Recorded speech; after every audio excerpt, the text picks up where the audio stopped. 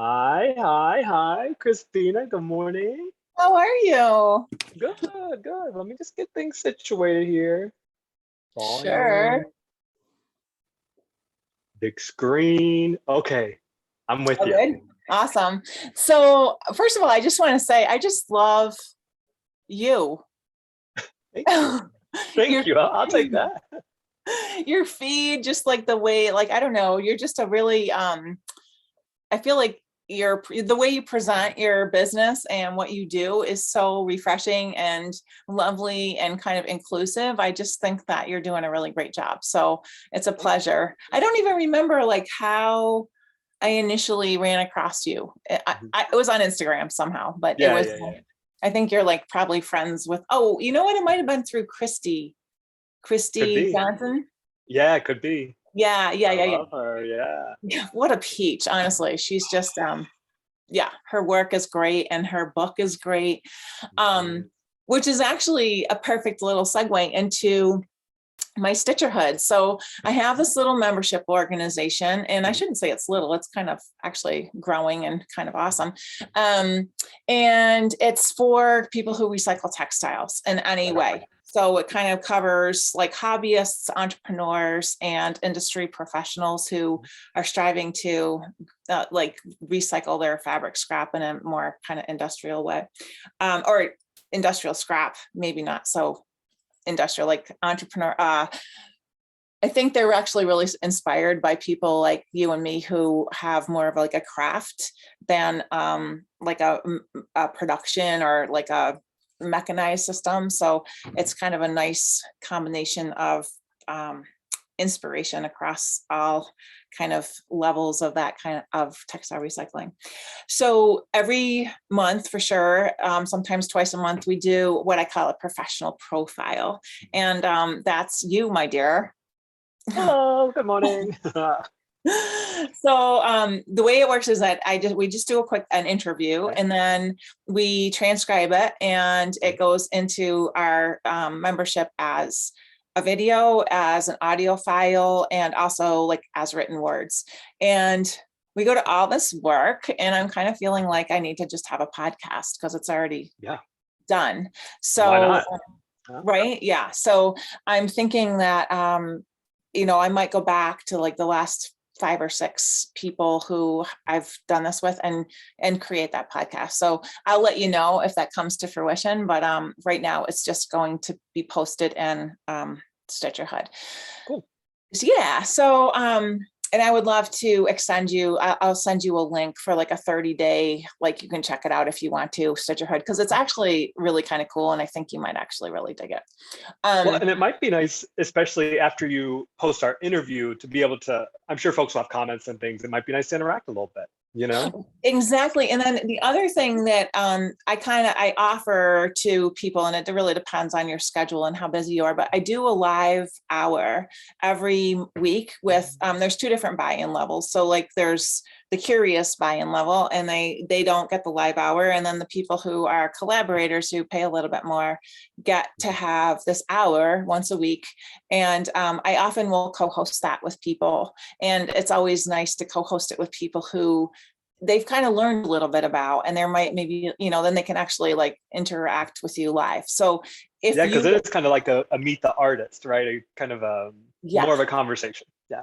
exactly. So if you are interested in doing that, I would love to get you on the schedule. Let me just look, actually, at my calendar. I just moved my desk around a little bit. So I'm not it's like Where are you, by the way, Crispina? This is one, like what state are you in, but also where are you? Because what a beautiful background you have. Well, this is my studio, and this is I'll move the camera around a little bit so you can see. This is like I have behind me over there is like where I do a lot of like photography and shooting and stuff. There's a roll of paper. Can you see it up there that I pull down? It's like a white, backdrop paper. Yep.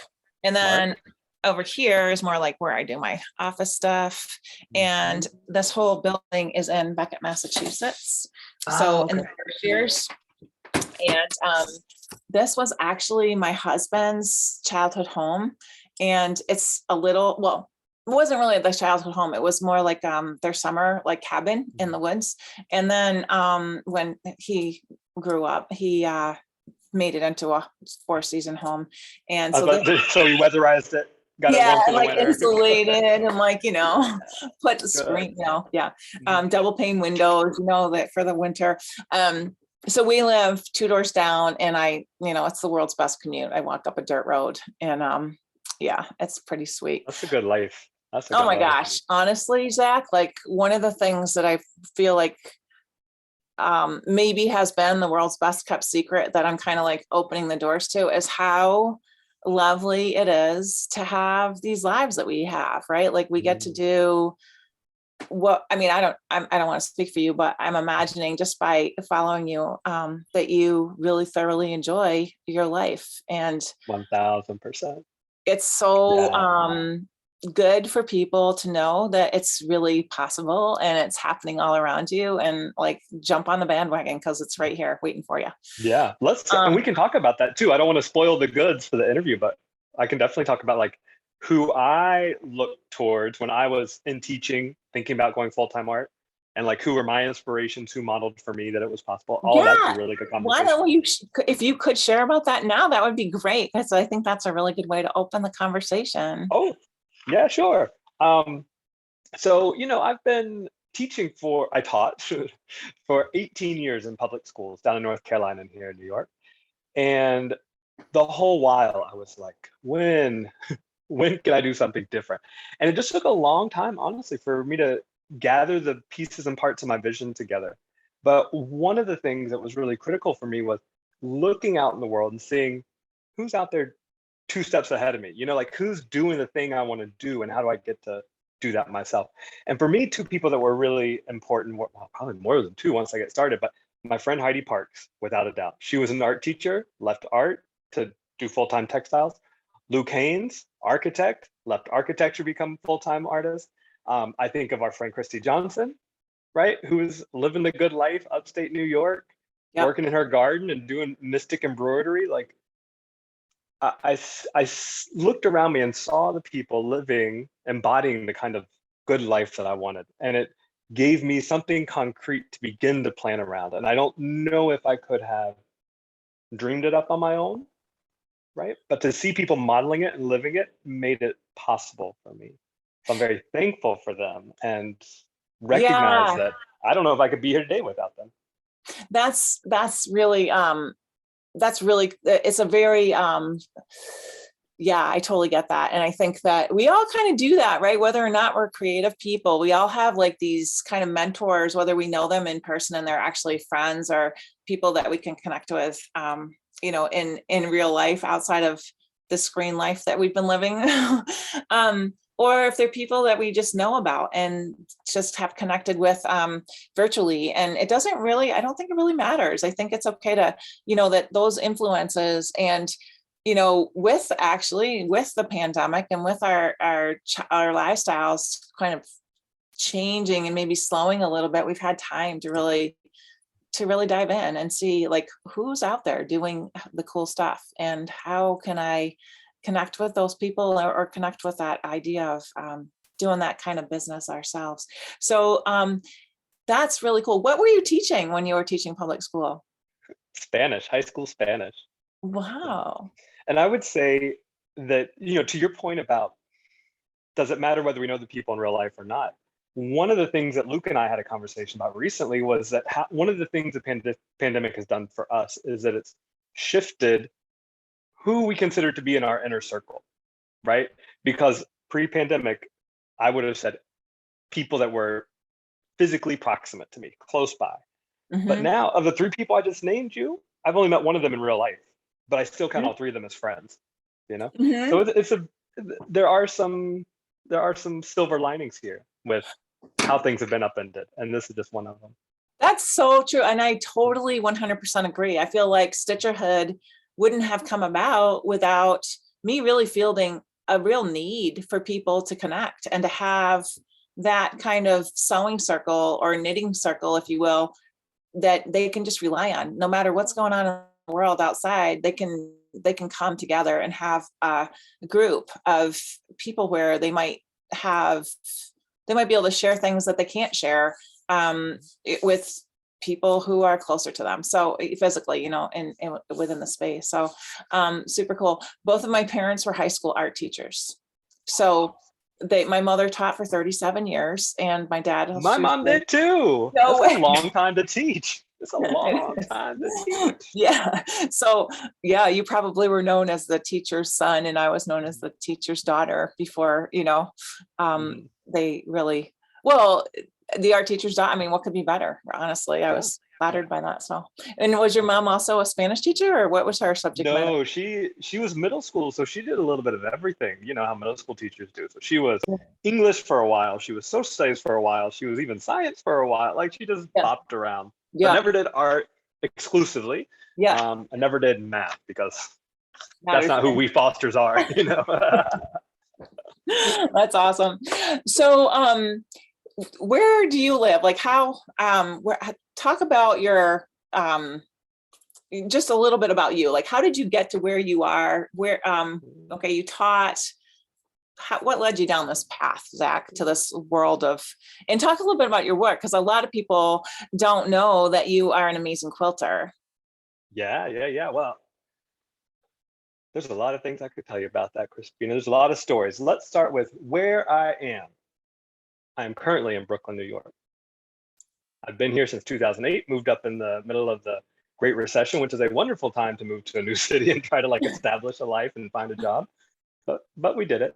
I don't know how much longer I'm going to be here. I'm originally from North Carolina. And right now, the idea of home, the idea of the South is calling me back, So a lot of this transition of leaving teaching a full-time artist is with the idea that it can support a life back home, and so I'm excited about what I see coming down the pike in the future.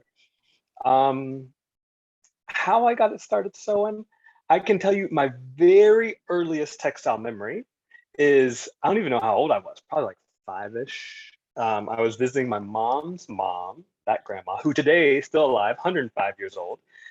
I was visiting her as a young kid, and I remember seeing that in her dining room, she had the ironing board set up.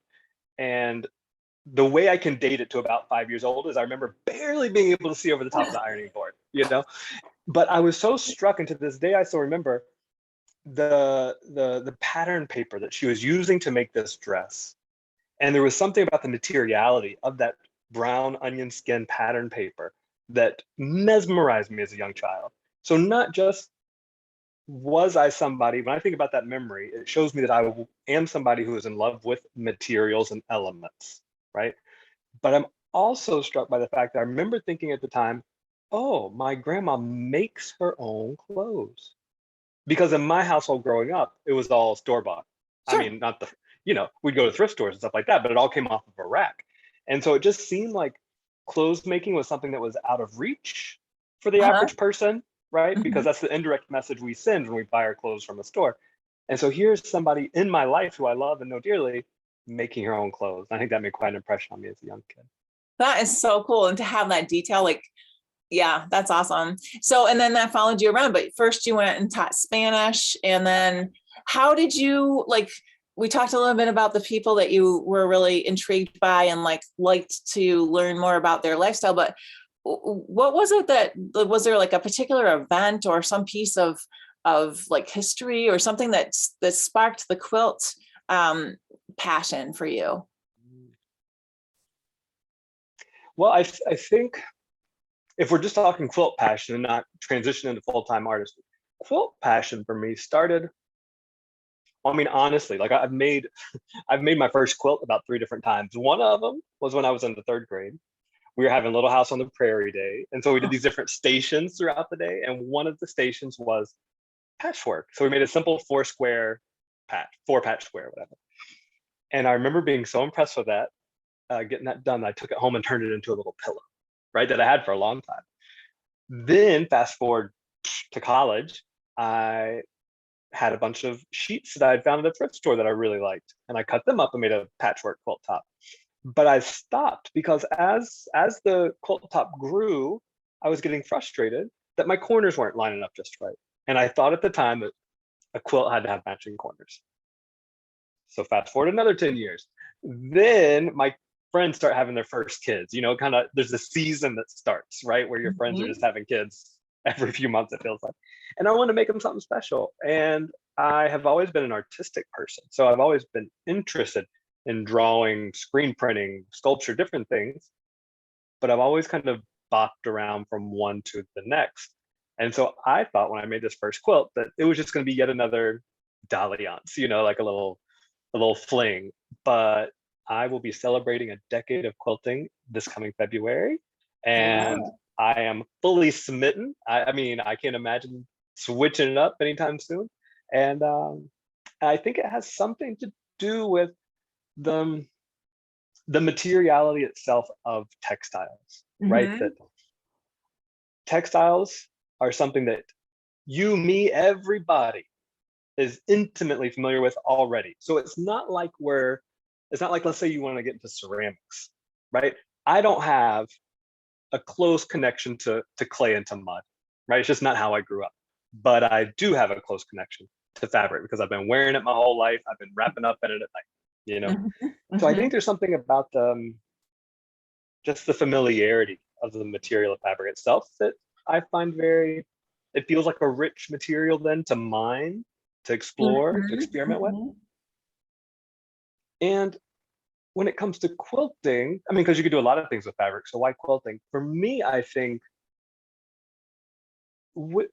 if we think of our homes as kind of like our own little universe, right? And we're the center of that universe.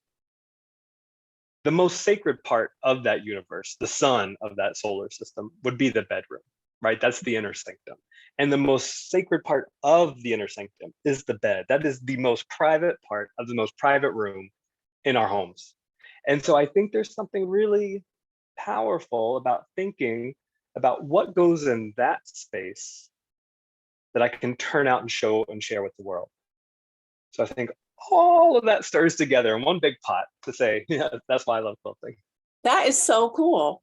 That Yeah. I love that. That's so beautiful because it is. It's like, and it's so interesting because, as you know, I also make blankets, and I have had people come to me and tell me things like, the first time we spent the night together was under one of your blankets, and like, it's just so like, it's intimate and private, yet it's okay to talk about it because it has this other level of like acceptance of, acknowledging someone's work, and just, yeah, that's so cool. I love that. That's really interesting. um so I know that you make a kind of ritual. I don't know. I don't want to put words in your mouth, but I would consider them kind of ritual blankets where people have like there's an additional meaning to your work, right? Because and can you speak to that a little bit? I'm thinking about your burial quilts and just like how that to me is also like that even takes the intimacy even like a step further than the bedroom, right? Like it's just this beautiful, it's a ritual that yeah, it speaks really clearly to me. And I'd love to hear your take on that and how you found your way to that part of what you do. Yeah. Well, I mean, that really represents the heart of what I'm working on right now. So I would answer this in three different parts. So let's touch on all three of them. The first one is memory quilts, because that's kind of how I got started. And then I went to burial quilts, and then someone in the middle popped up and said, "Can you make me a funeral quilt?" So let's dive into all three of those. Um, Okay, yeah. Memory quilts, I about the time the pandemic started, it was coincident with that. I began to feel very drawn to the idea of taking fabrics that had memories, that held stories, and turning them into quilts. Because I've been working with repurposed material for a long time, but it was mainly things I had, thrifted that had essentially anonymous origins. I still believe those fabrics have their own life energy and their own stories. I just don't know the stories. Maybe I sense the energy, but I don't know the stories. But when somebody wants a memory quilt and they come to me and they say, "Okay, here you go," and they hand me this bag of clothes, this box of clothes, there's a lot of trust, an extreme amount of trust that they're placing in me as an artist to capture something of this person they love that's no longer physically present. And I think that as a person, I find that trust very empowering because I'm like, they believe I can make something beautiful, therefore I can make something beautiful. I think that's part of it. Mhm. I think the wanting to be a healing agent in somebody's life is also very powerful for me. Like the fact that it's nice to make a pretty quilt. It's even nicer to make a pretty quilt that makes someone feel a little closer to someone that's no longer physically close. That seems an incredible um, space to operate in. And I find that when someone gives you a bag or a box of clothes, Crispina, it's like you don't get to choose your color palette. You don't get to choose your material. It's just like whatever. You were just saying, universe, bring it, and I can handle it. And so it's really pushed me creatively to figure out how to make it work sometimes. And I see myself making my memory quilts when I look at them kind of as a whole, as a slice of the whole pie, maybe. Those quilts often will take different turns, different paths, and they can look very different than some of the quilts I've started before that weren't memory quilts. And I believe that comes from listening to the material itself and saying, okay, what needs to happen? Listening to the stories that people will share with me about their loved ones and think about what needs to happen. A great example, I think, of that is I made a memory quilt for one of my neighbors actually, whose mom always wore these headscarves, right? Just tied up in the back. And so she gave me one of these headscarves. And my first impulse with making memory quilts is to cut everything up and start sewing it together. But something kind of stayed my hand in that moment with this particular headscarf. And I left it whole. And once the quilt top was done, I folded it in half like a triangle, like her mother would have done for her head. And I laid it down on top of the quilt and I just stitched it down as is. So it looks like maybe mom just got back from a day at the beach, untied the headscarf, and set it down on the bedside table, something like that. It's a very natural, organic kind of formation. And so I don't know if I would have ever done that if I were just kind of working on my own, doing my own thing. I feel like that's something that's inspired by the material and inspired by the faith that people place in me. Yeah, that's lovely. That's really cool. So that was a memory quilt that That's a you memory built quilt. from those clothes. Yeah. And yeah, and it's funny, we share a lot of experience. I think like I'm actually working on a blank, I call them blankets because mine are actually they are, I guess they're quilts. I now have started making 2 layers. Like normally, like historically, my work is single layer and it's made out of like wool. So there's like an inlaying process that I use, and I don't have one that I can show you quickly, but So this project actually came to me. It's my son's pediatrician's wife passed away. And when I first met my son's pediatrician a long time ago, I was totally smitten by this doctor because he knew a friend of mine's mother from Northern California. They both had worked on the same Indian reservation in Northern California. And his son's name was Crispin. And my name is Crispina. And, I grew up in Stockbridge, Massachusetts, and everybody was Jennifer and Michelle and Kathy. And what's your name? And like, people would often think it was Christina. And as a kid, I was like, cool with that. Like, I just was like, whatever, like, okay, it's Christina, it's fine. But when I met this doctor, I thought, oh my gosh, you are the right doctor for this, for me. And his son Crispin and I actually became friends. And he is the one who has actually asked me to make this blanket with his mom's clothing. So it's a new, and the family has experienced a little tragedy in that my son's doctor died in an accident before he was very old, and his daughter died at 21. So I've made this family blankets, and now I have the opportunity to make another one, and it's a lovely, the trust is amazing. And it was reciprocated, right? Because I trusted him, the doctor, Dr. Trust was his name, with my child's health. And it was just such a lovely thing to feel that like that was something that they knew that I trusted, and that they honored that by reciprocating. So really cool. And then can you speak a little bit about the burial quilts that you've done? Sure. So this is an idea that I've been cooking on for a long time. The idea of a burial quilt, because I can remember going back to college when I made that second patchwork quilt that didn't line up square. But I remember hearing on the radio one day about a woman who passed away, and according to her last wishes, she wanted her friends to take the quilt off her bed, wrap her body up, put her in the back of the truck, drive out to the woods, and bury her body in the woods. And I remember thinking that resonated with me. That's how I wanted it to happen, right? Like, I also remember being surprised that I didn't have to put my body in a box. Like, I was old enough to know better. I should have thought, I knew there were options like cremation, but I didn't know that I could just be wrapped up in something soft and colorful and put into the ground. Like, that just sounded so right to me. So that idea marinated in the back of my mind for about 10 years. And then I'm sure the pandemic and the losses that we have experienced, some personally, some collectively, has kind of brought it to the foreground, because I believe that the pandemic, especially in the early days, took away a lot of our social rituals and our ability to collectively grieve. And so people are looking for ways to process that grief and to mark the passing of a loved one in a way that maybe they wouldn't have been thinking about 2 years ago.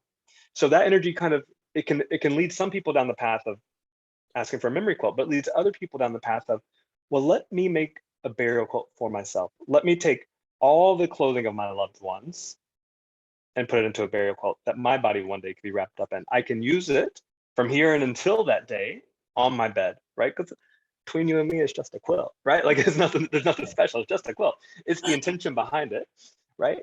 And so I take clothing. I mean, the process is much the same as a memory quilt. It just has to be a certain size, of course, right? And then it's with a certain intentionality.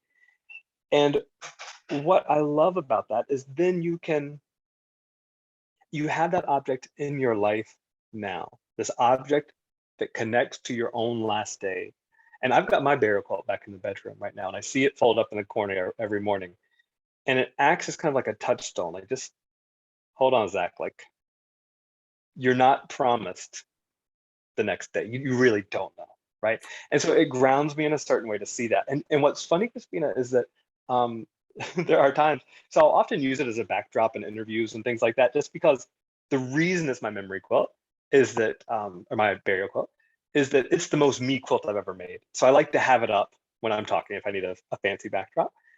And so often when I'm like putting it up on the wall behind me, I find myself like telling stories to it, like just whispering little things like, here we go, burial quilt, it's time to come back out. I actually call it jackpot because of the design. So I'm like, here we go, jackpot, it's time for this little interview, it's time for this to happen. And so it becomes this container for stories that will accrue over my life lifetime. And then when the day does come, roll me up, stick me in the ground, and there will be nothing between my body and God's good earth except a little thin sheet of cotton, you know, and all these elements go back to the soil. That's beautiful. I love that. You know, I didn't get from, you know, just creeping around the internet behind Zak Foster that they were created during the lifetime. Like I thought it was something like, you know, some people have urns made for ashes and some people call Zak up and be like, hey, I need a quilt. And I thought, wow, that must be a lot of pressure. Like, you know, grandma passed away and she's going to get buried in a week. And could you make a quilt? Yeah, I could. I don't know if I'd want to. So Right. to me, that's part of the power behind a burial quilt, is it's encouraging people to go ahead and be proactive, to be death positive, to use the hashtag, to be proactive about the one thing we all know is going to happen. Right. And let's put a softer edge to it. Let's put a more amicable edge to it, something that we can interact with. And I kind of feel like with my burial quilt that now I have this companion that'll walk with me to the day. And it just gives me a peace of mind. I love that. That's beautiful. It makes it so much more meaningful than I even imagined. And I was imagining it was really meaningful to start with. I love that. That's so cool. Thank you. And to have that, like to, you know, it goes through your life and then it's like swaddling you into the next realm. Like, how beautiful. That's the thing. Look, at no time in our lives do we put our bodies in boxes. So why do we do it on the last day? Right? Yeah. Every night we get in bed, we swaddle. Yeah. More or less. Right? Yeah. So it just, to me, is a perfect line of continuity. Makes a lot of sense to me. That is amazing. I love it. So one of the things that we're going to change gears a little bit. Let's go. When you decided to take that transition from your teaching career, which I would imagine you probably had benefits and days off and paid vacations and all that sort of thing, how did you make that transition? How did you in your head go, yeah, this is the time, this is the right thing to do, I'm gonna jump in? Well, I want to start by acknowledging that everybody's got their own path. Like I think of my friend Luke when he left architecture. He did it. Like he just knew his time and he just jumped out of architecture and into quilting. And he said he spent the first year or so bouncing around from one friend's futon to the next, right? Like that was his path and it's worked well for him. Mm-hmm. My friend Heidi's path was, she was teaching 9 years in high school and just decided next year is not sustainable. Like I can't do this any longer. And so she jumped out and didn't even have an Instagram following at the time, started throwing things together and it's worked very well for her. I am a Virgo. Let's just put that out there. Oh, I Virgos love Virgos. Yeah. I mean, we are, my favorite definition of Virgos are the keeper of the hearth, right? We are the people who tend to the home, we take care of the home, we keep everything running.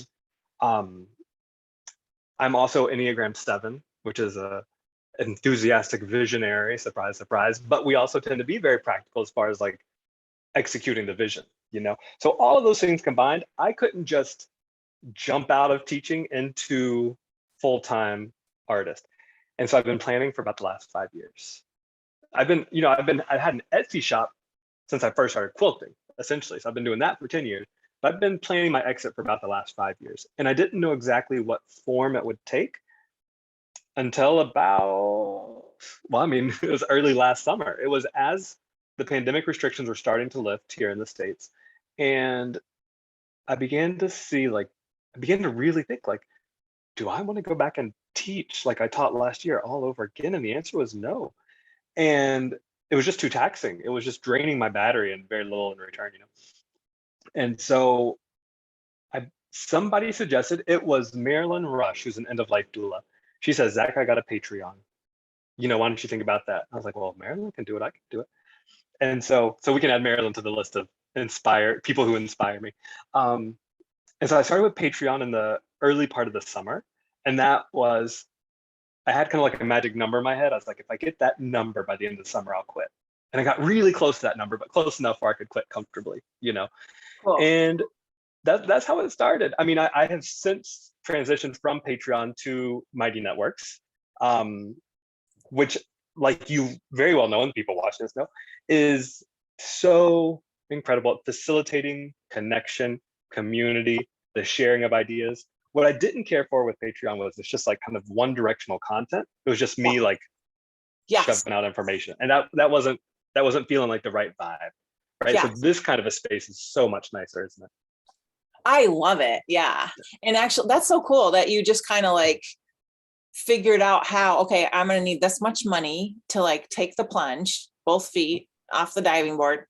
And that you were like willing to do that, even though you were a little shy of that nugget. Yeah. And, you know, the truth be told is like once for me, and it's funny because I've always worked for myself. Like I've never punched a clock. I started my business when I was in college. So there's a little bit of knowledge that you have and that most people have that I don't have, because I sometimes forget how much freedom I have in my life, because that's just the way it's always been. I'm not like, oh, phew, thank God that's over. I don't have to go back and, deal with kids and try to figure out how to not get sick or get exposed to the pandemic, whatever. But at the same time, I feel like being willing to be flexible with your goals and then just taking, and then you'll figure it out. Like if you're willing to know that I'm not the most articulate person sometimes. I guess what I'm trying to say is that if you're willing to figure it out, I feel really strongly that you will, and whatever it is. And there's always a way, there's always a solution to whatever obstacle or limit that you might initially see. That's like, oh, okay, well, you can go this way around it that way, or you can go this way or over it, or maybe that thing is actually a really good thing to learn from, and maybe you need to go right through it. But just knowing that you have the ability to make it work is, like you said, all you really need. So this is new, right? So this school year, Yes. you're not teaching. Well, yeah, I would just like to jump in and say that you can make it work, because when success is not optional, you find ways to make it work, right? That is so true. And honestly, it's funny, like I started my business as a college student and I had a waitress job, and, I needed to make money around my school schedule so that's kind of how I started. And yeah, it was like, people would say to me, well, how do you, have you taken a paycheck? And I'm like, well, I have to, like, I have to pay my rent and buy food. And, as time went on, I had a child, and like, I could, there was no option. I wasn't like, there was no funding behind me other than what I was actually generating. And I feel like that is actually a really healthy way to build a business. To just say, oh, the limitations are the ones that you have right in front of you, and you can change them. You have the ability to shift and make them what works for you. And it sounds to me like you have this beautiful like aesthetic. Your quilts are gorgeous. And speaking of which, when we go to post your profile on Stitch Your Hood, we're definitely going to need some imagery, because your stuff definitely, yeah. And you also have a community, which I'd like to learn a little bit more about. What's your community all about?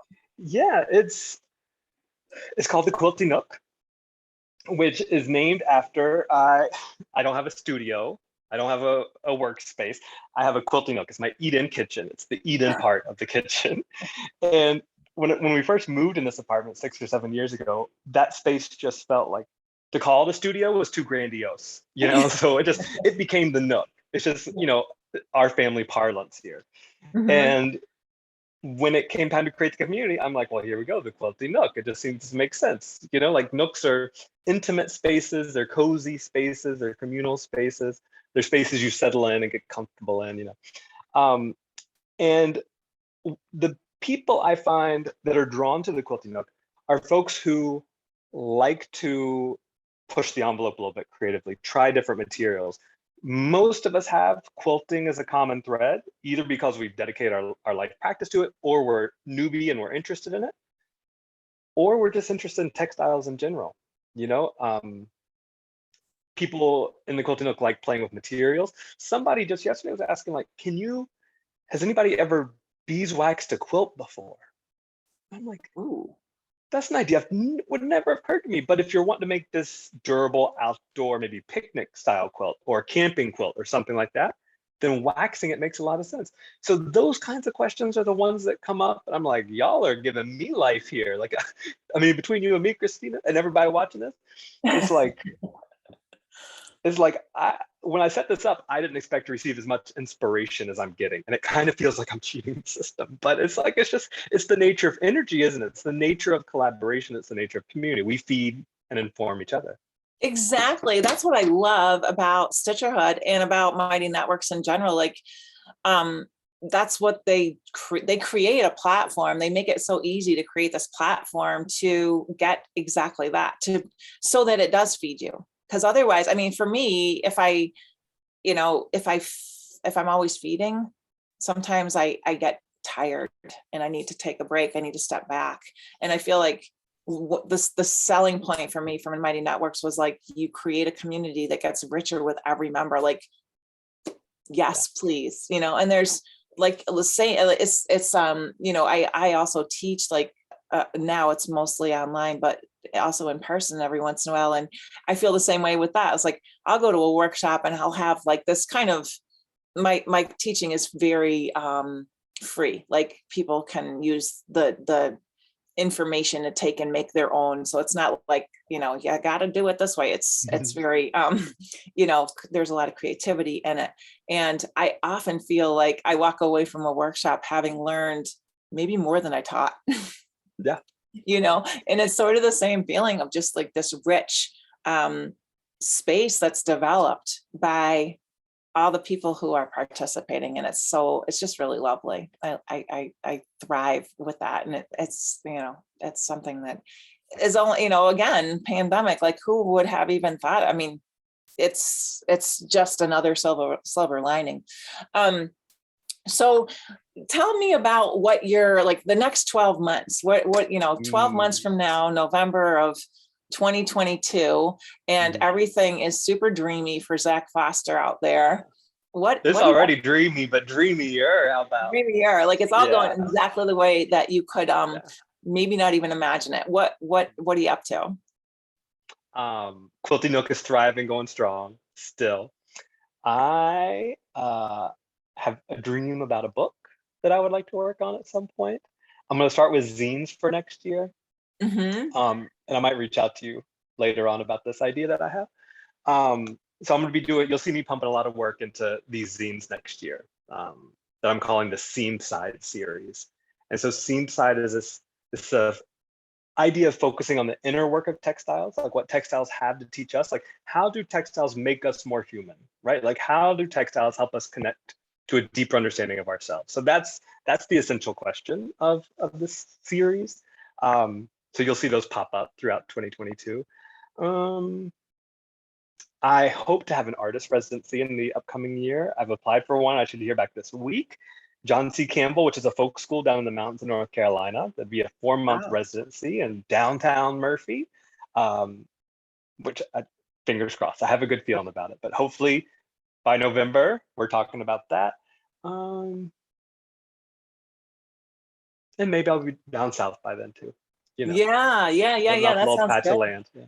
Oh yeah, that sounds good. So that sounds really exciting. And then, so cool. So residencies, actually, I'll send you some information about a residency I just learned about as well. It's in the Berkshires. I'm not sure. Like, I know you like the South, so I'm not sure if the Berkshires are the right location for a residency. And I think it's maybe I think the time frame could be flexible. I'm not sure how long they last for, but I love the Berkshires. I absolutely love. I mean, there's such a beautiful ecosystem throughout. I mean, multiple ecosystems throughout there. Yeah, I would not mind spending a little while in the Berkshires. Well, look at Mass Mocha. Mass Mocha, is, they have a residency program, and they have. I just saw it, and I think that I'm not sure when the applications are due or whatever, but I have a friend who actually did it a few years ago, and it was amazing for her. So, yeah, I just wrote it down. Thank you. Cool. So then how about business? Like, how do you, a lot of members of Stitcherhood are pretty entrepreneurial. Some people have businesses that they're developing and growing, and other people are kind of at that place where they're kind of thinking, when do I make the change from doing whatever I've been doing to something more creative? Can you speak to that a little bit, how that works for you, and how you found your way to where you are, where you can kind of maintain with your income around your artwork. Well, it's been said before, but I'll say it in my terms, which is it took me 10 years to be an overnight success. Like I had to grind and grind and grind. I worked 2 full-time jobs for a decade, and now I'm here at this place. Did it have to take that long? Of course not. Are there other ways to do it? Of course there are. But I'm telling you my path, and I did it that way because I value security. I'm not going to lie. Like, I'm not a huge risk taker. And so I wanted to know, when I left my cash cow of a sturdy paycheck job, that it was going to be okay. And so when I saw that I was getting a certain average monthly income from my quilt work, and then when I saw how warmly Patreon and all that was being received, I thought, okay, with these two combined, I can make it work. So for me, it was a spreadsheet decision and then a little tiny leap of faith. But I had a pretty good hunch that it was going to work. That's awesome, because I'm a Sag, and I love Sagittarius. Yeah. I don't work, whatever. And they're going like, oh, I should have put a spreadsheet together. I should have looked at that. But we balance each other out. Some of my closest friends are Sagittarius. So that's yeah. And it's kind of funny. Like, there's 5 people in my immediate family, and 4 of us are Sages. So it gets a little, fiery. But it's all good. But for my membership to hear, to plan and to spreadsheet it and to really make sure that you're not going to fall in a crack when you get to the other side, then you're good. So that's, I think, it's super helpful. And then I think we're getting kind of close on our time. I just wanted to know, is there any project that you're working on, or, where can people find you? How would you like best for people to see you out beyond the confines of Stitcherhood? Yeah, well, I hope to see you inside of the Stitcherhood. I mean, you and I were talking, Crispina, that I would love to stop by for a little bit. Other than that, though, Instagram's the place for me. Like, I'm there. I do 2 things every day. I do what I call the morning memo, which is just like an Instagram story, 1 minute long, never longer, where I just kind of tell you what I'm up to for the day. Real casual. Like, usually my hair is still messed up from the bed because it is right after I drink my cup of coffee, I record these little videos. And then I post something every day. So I'm fairly active there. And that's where you can find out a lot about the latest and the most upcoming things. So if you could find me at zakfoster.quilts, I'm sure we can link all this. That would be wonderful. That would be awesome. Wonderful. And then upcoming projects. Well, this morning, I've had a collaboration in the works for a while with Sarah B. of Farm and Folk on Instagram, if anybody knows her. She's out near Durango, Colorado, and she does beautiful naturally dyed fabric. And so we got to talking one day about, why do we not see more conversation between the natural dye camp and the repurposing camp, right? They tend to be having separate conversations. And I'm not saying there's never overlap, but they seem to be pretty separate communities a lot of times. So we're collaborating on a quilt. I mailed her some of my favorite scraps of repurposed material that I've collected over the years. She mailed me some of her natural dye materials, and we're making a quilt together out of that. So I just started that today, and I'm looking at it right now on the design wall over there, and it's looking pretty good. So tune in for that. That'll be cool. That sounds really fun. It's not like a cool project to follow along with for both you and, is it Farm Folk? What's Farm and Folk? Yeah. Farm and Folk. Yeah, I know her. I follow her, and she's got a great. I love what she's doing. It's beautiful. She's a lovely soul. Yeah, lovely. Yeah, soul. And I like how she says just what she means. There seems to there's zero bullshit in her feed. It's just, this is how it is, and if you like it, that's awesome. Thank you. And turns out most people do. But she's very good about establishing her boundaries. She's like, don't ask me what products to buy. I won't tell you. Right. Right. And I'm like, oof, yeah. Yeah, that's awesome. I love her. Awesome. Well, it's such a pleasure to actually have time with you. And I look forward, I will be in touch with email, and we can schedule a time for you to come and chat with collaborators. And cool. If you think of anything that we didn't cover, or, whatever, we can, let me know. And I hope you have a really nice Thanksgiving. Yeah, you too, Crispina. And one of these days, I'd love to come visit you up in the Berkshires. Maybe we You could are like hang out a little welcome. bit, stitch out in the woods or something Oh my somewhere. God, I would love that. That would be Yeah, so yeah. super Because fun. you're not Yeah. that we're not that far apart. Well, No, it's unless I like a move down south there. 3-hour drive. Yeah, Yeah, yeah, cool. absolutely. Let's Please make do that that. happen. Yes, I would love that. Thank you, All right. Zach. All Thank right. you. What a lovely chat. Thank you. Talk to you later. Bye. Bye.